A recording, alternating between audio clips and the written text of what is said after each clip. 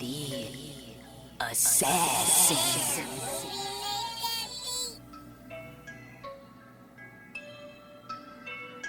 You know I break necks, call me Jack Tate.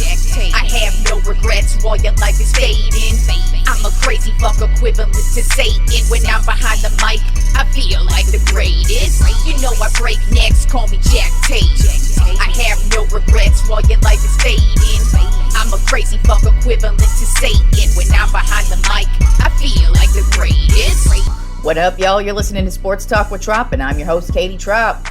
Well, I gotta say, man, these NBA conference finals have been pretty boring, if you ask me, man. I mean, like, the majority of these games have been blowouts so far. And even though a couple of the matchups from the weekend, score-wise, they were close, but overall, they didn't end up being that close. So let's just go ahead and start off with the Eastern Conference finals right now. Boston Celtics versus the Miami Heat. Game 3. Miami actually came right out the gate and was just absolutely dominating Boston in their own home. And I believe they were up 1 point by 26 points. But then at halftime, Jimmy Butler ended up having some knee inflammation, and he wasn't able to play the second half. So, for the most part, Miami was able to hold it down, keep their lead. But in the fourth quarter, the Celtics all of a sudden started to turn it on, and they were starting to make a comeback, but it ended up not being enough, and the Miami Heat ended up taking Game 3, 109-103, and the Heat are currently up 2-1 on this series right now.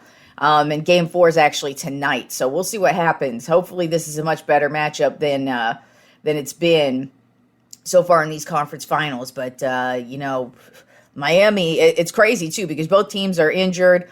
It looks like Hero's not going to play tonight. I'm not sure about Jimmy Butler. I think he's supposed to play, but they definitely need him. But then also, on the other hand, the Celtics, they've been battling through their injuries as well throughout this series. So we'll see how tonight's game goes.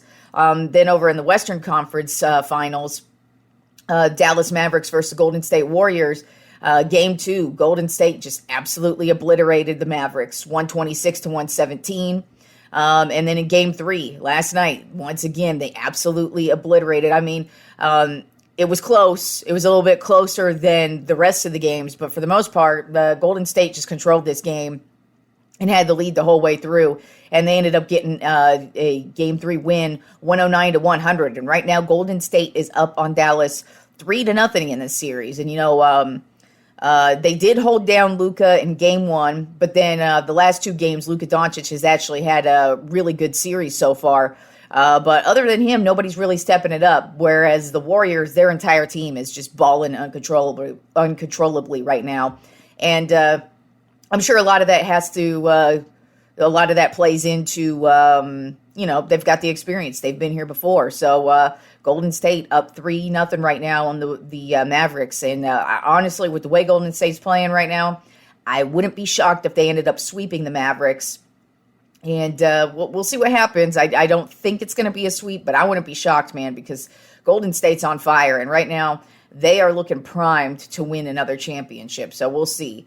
And their Game 4 is tomorrow. So we'll see if they they end up with a clean sweep, or maybe we could get a series going here. But so far, these NBA conference finals have been pretty mediocre, if you ask me.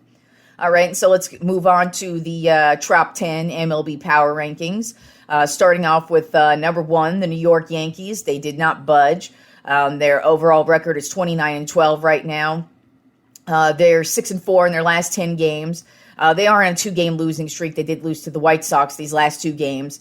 But other than that, they're still playing great. They also played Baltimore this week as well. But Aaron Judge, he still leads the league in home runs right now with 15. Stanton, he's got 11 home runs. DJ LeMahieu, he's had another great week. So those three are just holding it down for the batting lineup. But once again, the pitching has just been so solid right now for the Yankees, and they're just playing great baseball. So they're still number 1 on my top 10 MLB Power Rankings.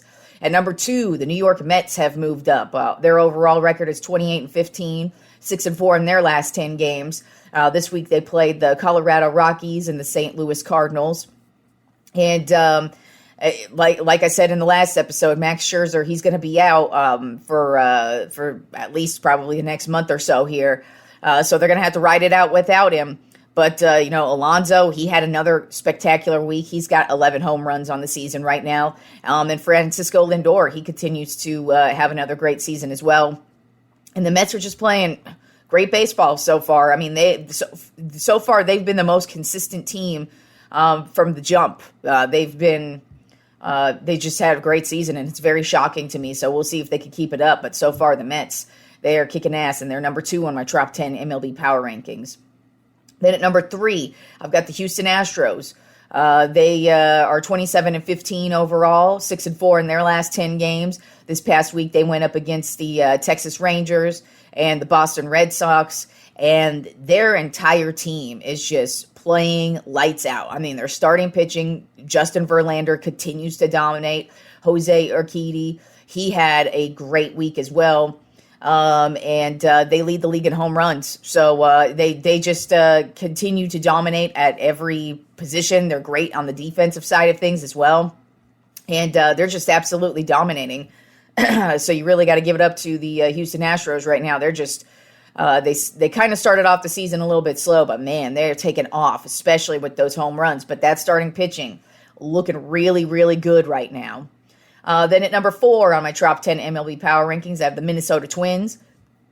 Their overall record right now is 25-16, 7-3 in their last 10 games, and they are on a 4-game winning streak. This past week, they played the Kansas City Royals and the Oakland A's. And actually, in yesterday's game, they were down by 6 going into the 9th inning. And the Twins just ended up going on this tear, and they actually ended up winning the game. Down by 6 in the 9th inning. That's pretty crazy to score that many runs that quick, but they sure did. And Max Kepler, he's just been the leader this week. Buxton, he's still having a great season as well. He's got 11 home runs, but Max Kepler, he really has stepped it up this week. Then at number 5 on my Top 10 MLB Power Rankings, I have the Los Angeles Dodgers. Their overall record is 27-13. They had an 8-game winning streak this week that was just busted last night. They're 7-3 in their last 10 games. This week they played the Philadelphia Phillies and the Arizona Diamondbacks, and they just continue to dominate as well. Their starting pitching is playing great. Mookie Betts, he has had a solid. He's just been. He started off the season real cold, but all of a sudden this dude has really turned it on, not only on the offensive side of things, but is on the defensive side of things as well. He's just been having a solid, spectacular season, and he just continued to roll on through this week as well. So I've got the Dodgers at number 5. Then at number 6 on my Top 10 MLB Power Rankings, I have the San Diego Padres. Their overall record is 27-14. They just kicked the shit out of my San Francisco Giants this weekend, swept their asses, and not only swept their asses, but kicked their asses. It was a very pathetic showing from my San Francisco Giants, but hey, sometimes that happens. But they also faced off against the Phillies this week. Like I said, they're on a 4-game winning streak, and Manny Machado, god damn, this guy, he is just rolling through this season. He has been on fire. He's still batting well over 300. He went 4 for 4 yesterday, had like a record-breaking day, and he's just having a phenomenal season. And it's crazy because the Padres are having a great season, and Tatis hasn't even played yet. So we'll see what happens when they get him back. They should be a very, very good team once they get him back. Then at number 7 on my Top 10 MLB Power Rankings, I have the St. Louis Cardinals. Their overall record is 23-18. They've gone 6-4 in their last 10 games. They're on a 3-game winning streak right now. This past week they faced off against the Pittsburgh Pirates and the New York Mets. And this week, man, Albert Pujols, he just has lit pitchers up. He had 2 home runs in 1 game the other day. And he's just had a solid outing. And if you remember, a couple weeks ago, he had actually stepped in and pitched in a game. And this week, Molina, their catcher, he ended up throwing some pitches this week, which was very odd. So the Cardinals are just making the best they're making the most out of every one of their players on the team.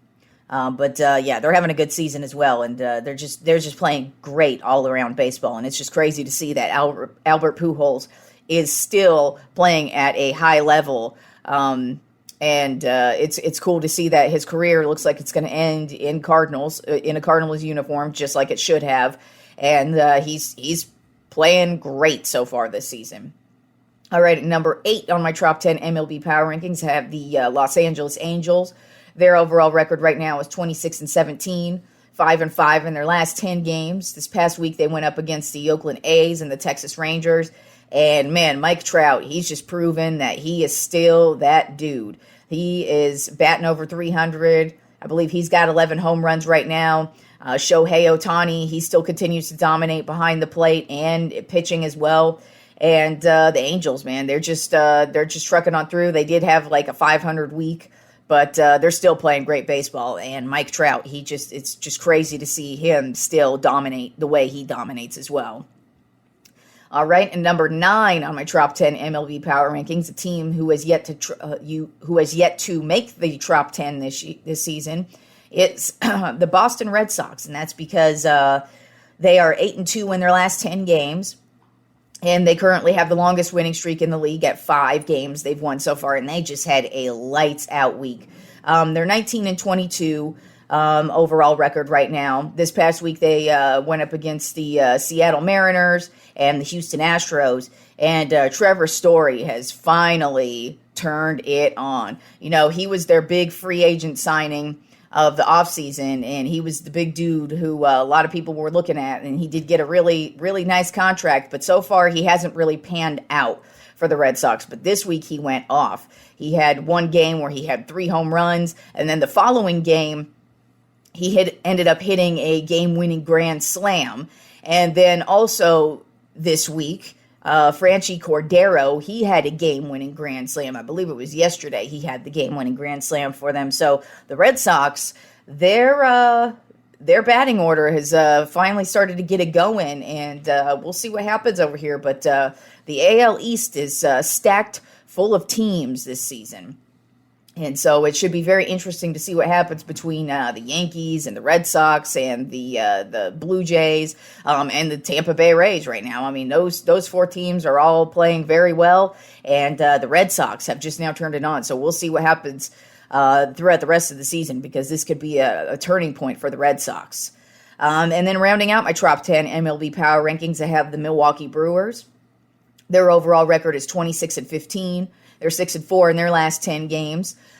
This past week, they went up against the Washington Nationals and the Atlanta Braves. It was an up and down week for them, but they're still leading their division. They're playing great baseball, all around baseball. Starting pitching is great. Relief pitching is great. They have the best closer in the league in Josh Hader. And then and Andrew McCutchen, he had a solid week this week. You know, Andrew McCutchen used to be one of the best players in the league, and injuries and him getting older have just kind of slowed him down. You haven't really heard about him lately, but this week he had a solid week, and also on the defensive side of things, the Brewers are just a very good all around team, and they've just had a great season so far, and I wouldn't be surprised if this team ends up making some noise come postseason, even though we've got a long way till we get there. But I like what I'm seeing from the Brewers right now. So that's my Top 10 MLB Power Rankings for this week. And also coming up, we have the College Baseball World Series is going to be coming up in the next week. So this week, the College Baseball Conference tournaments kick off. I believe some of them start tomorrow. One starts Wednesday. So, let's go ahead and talk some college baseball since we haven't really got to do that. Let's start it off with the SEC. In their first round, they've got Alabama versus Georgia, and whoever wins that will be going on to play Arkansas. Then the next matchup is South Carolina versus Florida. The winner of that matchup will go on to play Texas A&M. And then Mississippi versus Vanderbilt. That winner would go on to face Tennessee. And Kentucky versus Auburn. That winner will go on to face LSU. Now, in the SEC, they have Tennessee is the overall best team in college baseball. They just won a game the other day, 24-2.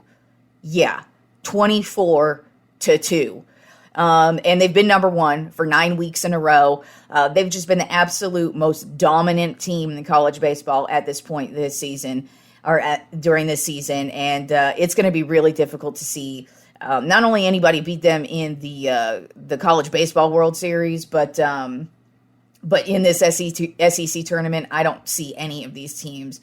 Possibly Vanderbilt, because Vanderbilt's always they're one of the powerhouse premier college baseball teams, and if anybody in this SEC tournament could do it, I think it would be them. But they really haven't been on Tennessee's level this year. Really, nobody has been on Tennessee's level this year. So I do have Tennessee winning the SEC conference tournament. Like I said, I think if any team here would be able to possibly upset them would be Vanderbilt, but I don't think so because they would face them in the second round. So I've got Tennessee going all the way, really, and most certainly winning the SEC conference tournament. Then the ACC conference tournament, now they have a very weird scheduling setting. All of these college baseball tournaments kind of have weird settings where it's like double eliminations, and they're just very weird. So I'm not going to go through and make predictions on each bracket. I'm just going to kind of point out who I think is actually going to end up the overall winner. But the ACC tournament was probably the most confusing of all of them, just the way their schedule's laid out and how they all play each other at one point. It's just very random. So I'm just going to name off the teams who made it, and then I'm going to predict the winner, which I think is actually going to be a surprise winner. I don't think a lot of people are going to be picking this team to win. So Virginia Tech is in it, Louisville, Miami, Notre Dame, Virginia, Wake Forest, Georgia Tech, North Carolina, Florida State, NC State, Pittsburgh, and Clemson. They will all be competing in the ACC College Baseball Conference Tournament. And actually, they do have 3 teams in the ACC who have been ranked in the top 10 all season, and that would be Virginia Tech, Louisville, and Miami. All 3 of those teams have been dominating teams all season. So any one of those 3 could absolutely take this conference tournament. I'm actually leaning towards Miami in this one. I don't know why. I just kind of see there's going to be an upset at some point along the way in one of these conference tournaments, and I'm just kind of leaning towards Miami in this one. I don't think it would be a major upset given that they've been ranked all season long. But I think more people, actually from the research I was doing on the college baseball teams, it kind of seemed like most people were leaning towards Virginia Tech because they are the number 1 overall seed in the ACC tournament. But I got Miami. I'm going with the U in that one. So we'll see what happens in that ACC college baseball conference tournament. Then moving on to the Big 12, that's where my Longhorns are at. Hook 'em horns, motherfucker. Actually, the Longhorns have had a pretty solid baseball season. It hasn't been as dominating as they usually are. They kind of hovered around 500 for the most part. They had up and down seasons, but an up and down season. But overall, actually, they've actually really turned it on. They do have one of the top prospects in all of college baseball, and he's really on fire right now. So I think the Longhorns are getting hot at the right time, especially coming up with the Big 12 tournament here. And so the first round matchups are all Oklahoma State versus Texas, TCU versus Baylor, and TCU is actually the number 1 seed in the Big 12 conference tournament. Then Texas Tech versus Kansas State, then Oklahoma versus West Virginia. And I know this is going to shock y'all, but I'm taking my Texas Longhorns in the Big 12 tournament. Like I said, I think they're getting hot at the right time. And, nobody's really dominating in the Big 12. And so I think they can actually move on. I think they could definitely win the Big 12 tournament just because they're playing great baseball right now. They're hitting, I believe they lead college baseball with home runs. I could be wrong. It could be Tennessee. But I know Texas is just on fire right now, and they have had a good, solid season overall, and they do know how to win come postseason. And so I've got my Texas Longhorns winning the college baseball conference tournament in the Big 12. And then rounding it out with the Pac-12, we've got Arizona versus Oregon, Arizona State versus Stanford, Washington versus Oregon State, and Cal versus UCLA. And once again, I'm going to be kind of biased in the Pac-12 tournament here, and I'm going with the UCLA Bruins because I do root for UCLA. Although I will say they have had a very solid season. More so at the beginning of the season, they were a lot better. But the Pac-12, out of all of these conference tournaments that I was looking at, the Pac-12 is probably the most up in the air. They don't have as dominating a team in there, so I think UCLA could eke in and get the upset in the Pac-12 conference tournament. So let's see what happens in college baseball this week. If you're interested in that kind of thing, the conference tournaments are always a great baseball to watch, but also the College Baseball World Series, man, it's also fun to watch.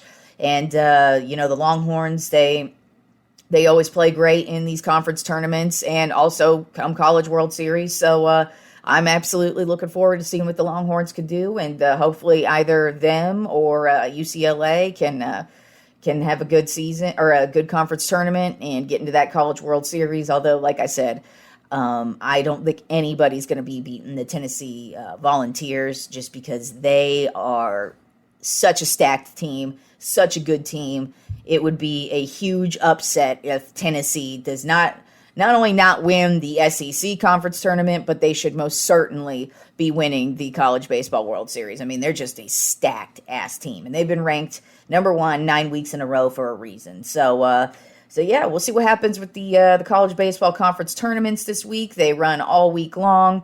Hopefully we get some better basketball games this week because, man, these conference finals have been such a letdown, especially compared to the way the NBA playoffs started. We had so many good matchups, but right now it's just been very disappointing because they've all been absolute blowouts, and Golden State is just rolling. They look like they are poised to win yet another championship, and easily too. I mean, the way they're dominating Dallas, they dominated the Grizzlies.